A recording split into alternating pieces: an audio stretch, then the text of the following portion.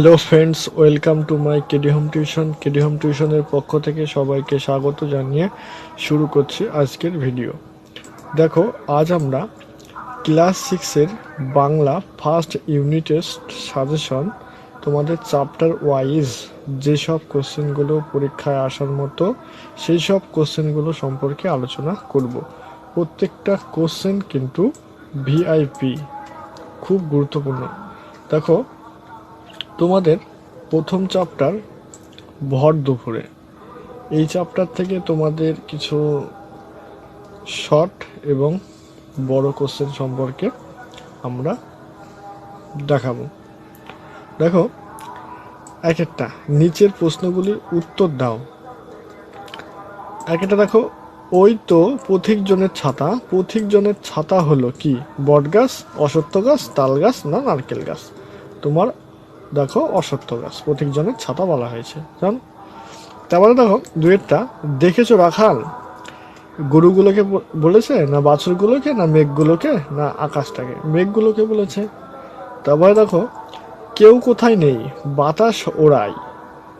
এখানে ঝড় কালো ধুলো না মিহিন সাদা ধুলো না ধূসর? এখানে বলা হয়েছে মিহিন সাদা ধুলো। তারপর দেখো, আঁচল পেতে, এখানে প্রকৃতি না বিশ্বভুবন না দ্বীপহ না মানুষগুলোকে ঘুমাচ্ছে? এখানে এখানে বিশ্বভুবনকে বলা হয়েছে, আঁচল পেতে বিশ্বভুবন ঘুমাচ্ছে এখানে। তারপর দেখো পাঁচেরটা, বাতাস ওড়ায় মিহির সাদা ধুলো। মিহির, মিহিন শব্দটি যে ক্ষেত্রে ব্যবহার করা হয়েছে তা হচ্ছে বালি না কাপড় না সুর না বৃক্ষ? বৃক্ষ। তারপর দেখো ছয়টা, ভর দুপুরে কবিতায় শুকনো খড়ের আটি রয়েছে কোথায়? অশ্বত্থ গাছের নিচে না মাঠে না গোয়াল ঘরে না নৌকার খোলে? তারপর দেখো, খোলের মধ্যে বোঝাই করা রয়েছে কি? ধান না আলু না গম? শুকনো খড়ের আটি রয়েছে। তারপর দেখো আরেকটা, নদীর ধারে রয়েছে কি? অশ্বত্থ গাছ না রাখাল? একটি বড় নৌকো না পথিক? এখানে একটি বড় নৌকো রয়েছে নদীর ধারে। তারপরে দেখো বলছে, কবি নীরেন্দ্রনাথ চক্রবর্তীর একটি কাব্যগ্রন্থ, সেটা কি? নীল নির্জন। দেখো, এবার তোমাদের এই চ্যাপ্টার থেকে আবার তোমাদের আসে সন্ধি, তারপরে উদ্দেশ্য বিদেহ। তোমরা এগুলো তোমাদের টেক্সট বই থেকে দেখে পড়ে নিও। তারপর দেখো দুয়েরটা, নিচের প্রশ্নগুলির উত্তর দাও, নিজের ভাষায় লেখো। এগুলো 2 নম্বরের হয় কোশ্চেনগুলো, 2 নম্বর 3 নম্বরের কোশ্চেন হয়। দেখো, প্রত্যেকটা কোশ্চেন কিন্তু গুরুত্বপূর্ণ। একটা দেখো, বলছে ভর দুপুরে কবিতার সঙ্গে তোমার দেখা কোনো একটি অলস দুপুরের একটি মিল ও একটি অমিলের কথা লেখো। তারপর দেখো দুয়েরটা, গাছের তলায় শুয়ে দেখছে রাখাল মেঘগুলো যায়। রাখাল গাছের তলায় শুয়ে থাকার গরু বাছুরদের নিয়ে কোন সমস্যা উদ্ভূত পারে? তারপরে দেখো তিনেরটা, কেউ কোথায় নেই কোথাকার কথা বলা হয়েছে? কেউ কোথায় নেই কেন? স্টার কিন্তু। তাও দেখো, শুধুই কি আর মানুষ ঘুমোয়? মানুষ এখন ঘুমোচ্ছে। আর কি কার ঘুমকে এক্ষেত্রে মানুষের ঘুমের সঙ্গে তুলনা করা হয়েছে? কার ঘুমকে? এটাও স্টার। তাও দেখো, নদীর ধারে বাঁধা, নদীর ধারে চিত্র কিভাবে কবিতায় ধরা পড়েছে? তারপর দেখো, ওই তো পথিকজনের ছাতা, পথিকজনের ছাতা কোনটি? স্টার। প্রত্যেকটা কোশ্চেন কিন্তু গুরুত্বপূর্ণ। তারপর দেখো, ভর দুপুরে শব্দটির অর্থ কী? তো দেখো, ভর দুপুরে কবিতায় রাখাল বালক গাছের তলায় শুয়ে শুয়ে কি দেখছে? স্টার। তারপর দেখো, ভর দুপুরে কবিতায় বর্ণিত গালচেটি কি দিয়ে প্রস্তুত? তো দেখো, ভর দুপুরে কবিতায় অশ্বত্থ গাছকে পথিকজনের ছাতা বলা হয়েছে কেন? Very very star. তাহলে দেখো, ভর দুপুরে কবিতায় নদীর ধারে চিত্রটি কিভাবে উপস্থিত করা হয়েছে? তারপর দেখো, আঁচল পেতে বিশ্বভন ঘুমোচ্ছে, এখানে কবিতার এমন অনুভূতি জেগেছে কেন? হেভি ইম্পর্টেন্ট কোশ্চেন সব। তারপর দেখো, ভর দুপুরে কবিতায় গ্রাম বাংলার যে অলস দুপুরে ছবি ফুটে উঠেছে তার পরিচয় দাও। স্টার। তারপর দেখো, ওই তো পথিকজনের ছাতা, পথিকজনের ছাতাটি কি? এখানে কিন্তু প্রত্যেকটা কোশ্চেন কিন্তু ইম্পর্টেন্ট। তোমরা যদি এইসব কোশ্চেনগুলো পড়ো হুবহু সব কমন চলে যাবে পরীক্ষায়। তারপর দেখো পরের চ্যাপ্টার বলছে শঙ্করের প্রতি, এই সেনাপতি শঙ্কর, পরের চ্যাপ্টার। এখান থেকে দেখো ঠিক বিকল্পটা বেছে নিয়ে লেখো প্রতিটি প্রশ্নের মনে এক। বলছে আকন্দবাড়ি স্কুলের ক্লাস 5-এ বিভূষণ দাস বলছে ময়ূর না এমু না টিয়া না কাকাতুয়া পাখির কথা বলছে। এখানে এমু পাখির গল্পের কথা বলছে, ঠিক আছে। তো দেখো এমু পাখির বাসস্থান কোথায়? হিমালয়ের পর্বতমালা, বৃন্দা পর্বতমালা না আন্দিজ পর্বতমালা না আলপাস পর্বতমালা? এখানে আন্দিজ পর্বতমালা অ্যান্সার। তারপর দেখো শঙ্করের বাবার নাম কি ছিল? দশানন সেনাপতি না অভিমন্যু সেনাপতি না কর্ম সেনাপতি না দুর্যোধন সেনাপতি? তোমাদের উত্তর হবে অভিমন্যু সেনাপতি। ওকে, তোমাদের যাতে চিনতে সুবিধা হয় বা তোমাদের কোশ্চেনগুলো দেখতে সুবিধা হয় তার জন্য আমরা মার্ক করে রেখেছি। তো দেখো পাখিরা লাল, কালো না বেগুনি না খয়েরি রং দেখতে পায় না? তা হচ্ছে বেগুনি রং দেখতে পায় না। দেখো পাঁচেরটা, বিভীষণ মাস্টারের মতে সবচেয়ে বড় বই হলো কি? রামায়ণ, মহাভারত না পৃথিবী? তারপরটা দেখো তাকে আসতে বলবে কাল। আসতে বলা হয়েছে কাকে? শঙ্কর সেনাপতিকে না অভিমন্যু সেনাপতিকে না বিভীষণ দাসকে? এই দাস কে হবে এখানে? হ্যাঁ, না পঞ্চানন অপেরার মালিককে? এখানে হবে কি অভিমন্যু সেনাপতিকে। তাও দেখো শ্যামল গঙ্গোপাধ্যায়ের জন্ম হয় 1933 সালে। ওকে, দেখো মাস্টার মশাই বিভীষণ দাস যে পাখির কথা বলেছেন তা হচ্ছে এমু পাখি।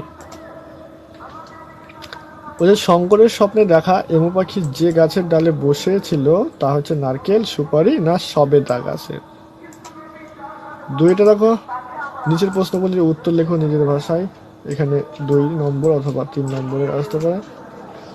দেখো একের কোশ্চেন, বিভীষণ মাস্টারমশাই পাখি দেখার সময় কোন কোন সতর্ক অবলম্বন করার কথা বলেছিলেন?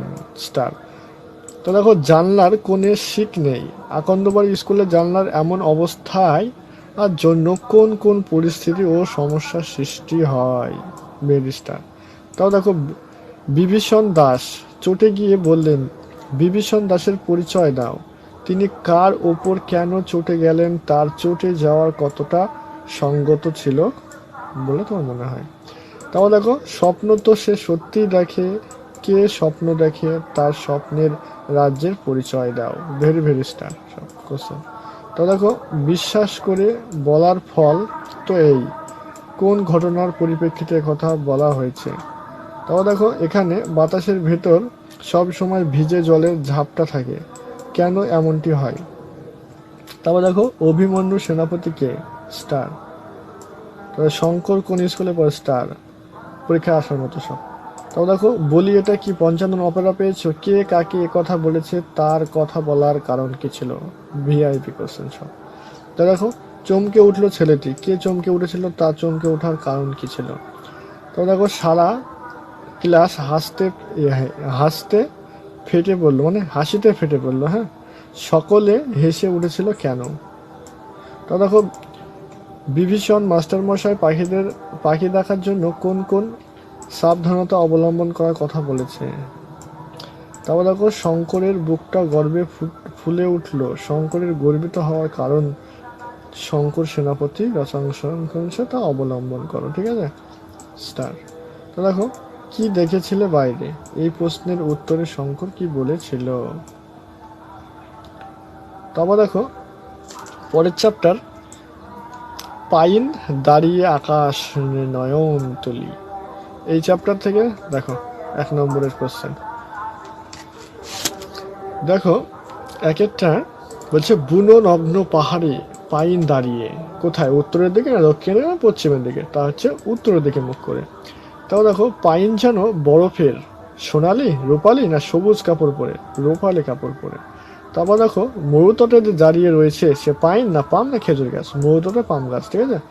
তা দেখো জার্মান ভাষায় যিনি কবিতা লিখেননি কে? শেক্সপিয়ার। তারপর দেখো আকাশে নয়ন তুলে দাঁড়িয়ে রয়েছে কে? তা হচ্ছে পাইন গাছ। যেটা দেখো নিচের প্রশ্নগুলির উত্তর নিজের ভাষায় লেখো। একটা দেখো, পাইন গাছ কোথায় দেখতে পাওয়া যায়? তারপর দেখো পাইন গাছ কিভাবে দাঁড়িয়ে আছে, স্টার। তারপর দেখো পাইন গাছ রূপালী কাপড় পরে আছে বলে মনে হচ্ছে কেন, স্টার। তারপর পাইন গাছ সারা দিন কিভাবে কাটায়? তারপর দেখো পাইন গাছ কিসের স্বপ্ন দেখে, কেন এই স্বপ্ন দেখে, ভেরি ভেরি স্টার। তারপর দেখো দাঁড়িয়ে রয়েছে পাম গাছ মরুততে, কে এমন স্বপ্ন দেখেন, কেন সে এমন স্বপ্ন দেখেন, স্টার। স্বপ্ন সে দেখে দিন রাত দুলে দুলে, কার স্বপ্ন দেখার কথা এখানে বলা হয়েছে, ভেরি ভেরি স্টার। বরফের দেশে পাইন গাছ মরুভূমির পাম গাছের স্বপ্ন দেখছে কেন? তারপর দেখো মন ভালো করা কবিতা থেকে দেখো এক একটা, মন ভালো করা রোদ্দুর, ময়ূর মাছরাঙা পাখির গায়ের মতন, ঠিক আছে। তো দেখো কেন ওর রং ও শান্ত। তারপর দেখো মাছরাঙাটির গায়ে আলো পড়ে যাওয়ায় বাতাস নড়ে পাতারা, বাতাসে নাড়ে কি, পাতারা। তা দেখো যেতে পারি কিন্তু কেন যাব, কাব্যগ্রন্থের রচয়িতা হচ্ছে শক্তি চট্টোপাধ্যায়, ওকে। তারপর দেখো দুইয়ের প্রশ্নগুলির উত্তর নিজের ভাষায় লেখো। দেখো মাছরাঙা পাখিটির গায়ের রং কেমন ছিল। তারপর দেখো দুয়েরটা, মাছরাঙাটির গায়ে আলো পড়ে, মাছরাঙা গায়ে আলো পড়লে তার রূপ কেমন ভাবে কবির চোখে ধরা পড়েছে, স্টার। দেখো মন ভালো করা রোদ্দুরকে কবি কেন মাছরাঙার গায়ের সঙ্গে তুলনা করেছে, ভেরি ভেরি ইম্পর্টেন্ট। তো দেখো হর্ষ দীর্ঘ নীলান্ত, কেন ওর রং শান্ত, মাছরাঙাটি সম্পর্কে বর্ণনা তুমি নিজের ভাষায় লেখো, ভেরি ভেরি স্টার। তো দেখো মন ভালো করা কবিতায় কবি রোদ্দুরকে কিসের সঙ্গে তুলনা করেছেন, স্টার। তারপর দেখো পশু পাখির ভাষা, এই কবিতা থেকে দেখো এক একটা, হাঁস যে ডাক শুনে কাছে আসে তা হলো কি, তিতি না সই সই, সই সই।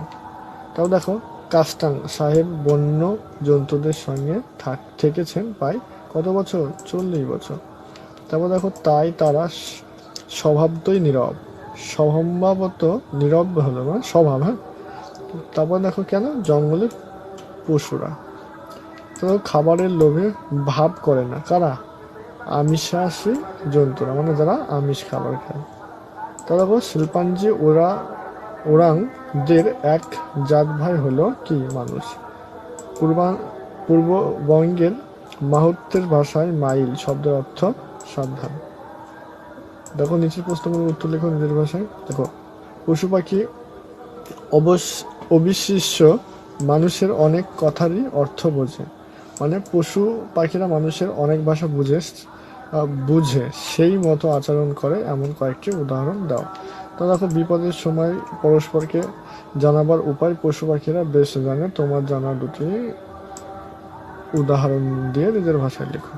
তাও দেখো তাহলে ভয়ের বিশেষ কোনো কারণ থাকবে না, কোন ক্ষেত্রে জঙ্গলের পশুর কাছে গেলেও তার ভয়ের কোনো কারণ থাকবে না। তাও দেখে একেও ভাষা বলতে পারো, বক্তা কাকে কেন ভাষার মর্যাদা বা দেবার পক্ষপাতী। তো দেখো তাই তারা স্বভাবতই নীরব, কাদের কথা বলা হয়েছে তারা নীরব কেন।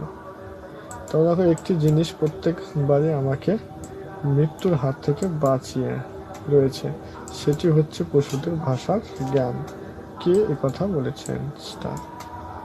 তাই তারা স্বভাবতই নীরব, বক্তা কে, কাদের কথা সম্পর্কে কেন তিনি কথা বলেছেন। ঘাস ফড়িং, এই চ্যাপ্টার থেকে দেখো 1 নম্বরের কোশ্চেনগুলো। আমার গলায় ভাব রয়েছে, কার সাথে, ঘাস ফড়িং এর সাথে। তাও দেখো আমাকে ফিরে যেতেই হবে, আবার কোথায়, ভিজে ঘাসে। তাও দেখো অমনি শুরু হয়ে গেল আমাদের নতুন কি, আত্মীয়তা। তারপর দেখো ঝিরঝির বৃষ্টির পর আমি ভিজে ঘাসে পা দিয়েছি। 2 নম্বর দেখো এই বঙ্গদেশ বা বঙ্গভূমি তোমার কাছে কেন প্রিয়, সেই সম্পর্কে জানিয়ে বন্ধুকে একটি চিঠি লেখো। তো দেখো ভাবনা করে পারতামই না বা পারলামই না আমরা কারা, তারা কেন ভাবনা করে পারতো না। তো দেখো আমার ঘরের দরজা এখন সবুজ সবুজ, কবির এমন অভিব্যক্তির কারণ ব্যক্ত করো বা ব্যাখ্যা করো। ঠিক আছে, ভিজে ঘাসের ওপর আমাকে যেতেই হবে আবার। কবি কেন ভিজে ঘাসের ওপর মানে বারবার ফিরে যেতে চান? তোমরা দেখো পাঁচটা, আমি কথা দিয়ে এসেছি কথক, কোন কথা দিয়ে এসেছেন মানে কাকে কোন কথা দিয়ে এসেছেন? তারপর দেখো ঘাসফড়িং, কবিতায় কবির সঙ্গে ঘাসফড়িং এর নতুন আত্মীয়তা কখন শুরু হয়েছিল? দেখো কুমোরে পোকার বাসার বাড়ি আমাদের শেষ চ্যাপ্টার। দেখো 1 নম্বরের কুমোরে পোকাগুলির গায়ের রং আগাগোড়া কি ছিল? মিশমিশে কালো। তো দেখো ইচ্ছামতো ডিম পারবার সময় নিয়ন্ত্রণ করতে পারে কি? কুমড়ে পোকা। তো দেখো এরূপ একটি কুঠুরি তৈরি করতে পাই কদিন? 2 দিন সময় লাগে। তো দেখো কিন্তু কামড়ে ধরলে একবারে মেরে ফেলে না, কারণ মাকড়সাকে। তো দেখো কুমড়ে পোকার একটি বাসার মধ্যে কুটুরি থাকে কটি? 4-5টি কুটুরি। দেখো 2 নম্বরের ও 3 নম্বরের যেরকম কোশ্চেনগুলি হয়। দেখো 2-1, তোমার দেখা যে কোনো একটি কীট পতঙ্গের চেহারা ও বাসা বানানোর কৌশল সম্পর্কে ব্যাখ্যা লেখো। দেখো এইসব অসুবিধার জন্য অবশ্যই বাসা নির্মাণে যথেষ্ট বিলম্ব ঘটে। বাসা নির্মাণের ক্ষেত্রে কুমড়ো পোকার কি কি অসুবিধার সামনে পড়ে? তো দেখো ইতিমধ্যে মাটি শুকিয়ে বাসা শক্ত হয়ে যায়। মাটি কিভাবে কত সময়ে বাসা শক্ত হয়ে যায়? একবার হুল ফুটিয়ে নিরস্ত হয় না। কুমড়ে পোকা কাকে কেন বারবার হুল ফোটায়? তো দেখো বাচ্চাদের জন্য খাদ্য সঞ্চিত রেখে সে খালাস। কুমড়ে পোকার চরিত্রতে কোন বৈশিষ্ট্য এখানে ধরা পড়েছে? এর ফলে বাচ্চাদের কি কি সুবিধা হয়? তো দেখো কুমড়ে পোকার বাসার বাড়ি আমার ময়ূর রচনাংশে দুটিতে বর্ণিত কুমড়ে পোকা ও ময়ূরের স্বভাবগত তুলনা নিজের ভাষায় লেখো। তো দেখো এরা বাসা তৈরি করার জন্যই উপযুক্ত স্থান খুঁজতে বের হয়।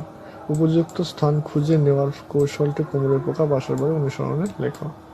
তো দেখো কুমড়ে পোকা কিভাবে মাকড়সার শিকার করে? প্রত্যেকটা কোশ্চেন কিন্তু স্টার। তো দেখো বাচ্চাদের জন্য খাদ্য সঞ্চিত রেখেই সে খালাস কোন রচনার অংশ? কাদের সম্পর্কে আলোচনার প্রসঙ্গ লেখক মন্তব্য করেছেন? তার এমন মন্তব্যের কারণ স্টার। দেখো এই ছিল আমাদের আজকের সাজেশনগুলি। আমাদের ভিডিওটি কেমন হলো তোমরা কমেন্টে জানাও। এই রকম ভিডিও পেতে চাইলে আমাদের চ্যানেলটি সাবস্ক্রাইব করো এবং কোন ক্লাসের প্রতি তোমরা এই রকম ভিডিও পেতে চাও তোমরা কমেন্ট করে জানাও। যারা আমাদের চ্যানেলে নতুন তারা চ্যানেলটিকে সাবস্ক্রাইব করো। আমাদের ভিডিও এখানে শেষ করছি। Good bye.